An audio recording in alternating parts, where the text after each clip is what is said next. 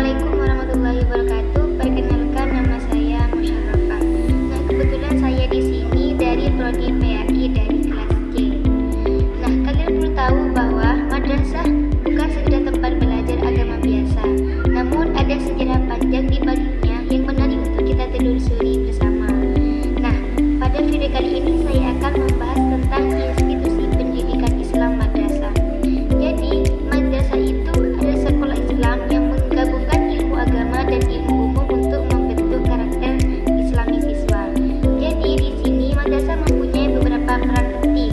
Yang pertama, menjaga siswa supaya tetap punya identitas sebagai muslim, dan yang kedua, membentuk perilaku dan akhlak yang baik, dan yang terakhir, menyebarkan ilmu agama ke masyarakat luas serta mencetak orang-orang yang paham agama dan berwawasan luas. Dalam sejarahnya, madrasah berkembang melalui tiga masa, yang mana ketiga masa ini sangat penting untuk kita pelajari bersama. Kenapa saya bilang sangat penting? Karena masing-masing mempunyai ciri dan perkembangan yang berbeda, yakni pada zaman Rasulullah, dan yang kedua pada zaman Khulafaur Rasyidin, dan yang terakhir pada zaman Bani Umayyah. Pada zaman Rasulullah, pendidikan Islam sudah ada sejak masa Nabi. Jadi di sini ada dua fase, di mana pada saat itu di Mekah dakwah dilakukan secara sembunyi-sembunyi karena pada saat itu masih belum aman.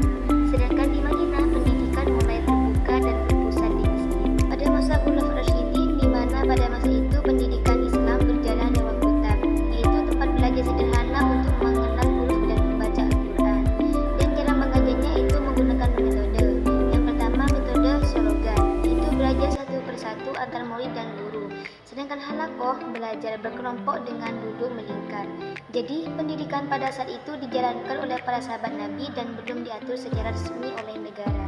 Selanjutnya pada masa Bani Umayyah, di mana pada masa itu pendidikan berkembang dengan sendirinya tanpa aturan baku, dan arahnya banyak dipengaruhi oleh kebijakan penguasa saat itu. Meskipun belum tersusun rapi, kegiatan menerjemahkan karya ilmu dari bahasa lain ke bahasa Arab sudah mulai muncul. Jadi kesimpulannya di sini, madrasah sangat penting dalam pendidikan Islam dan perlu inovasi dan adaptasi zaman serta butuh dukungan semua pihak madrasah, dan harus terus berkembang agar tetap relevan dan bermanfaat bagi masyarakat. Jadi sekian dari saya. Assalamualaikum warahmatullahi wabarakatuh.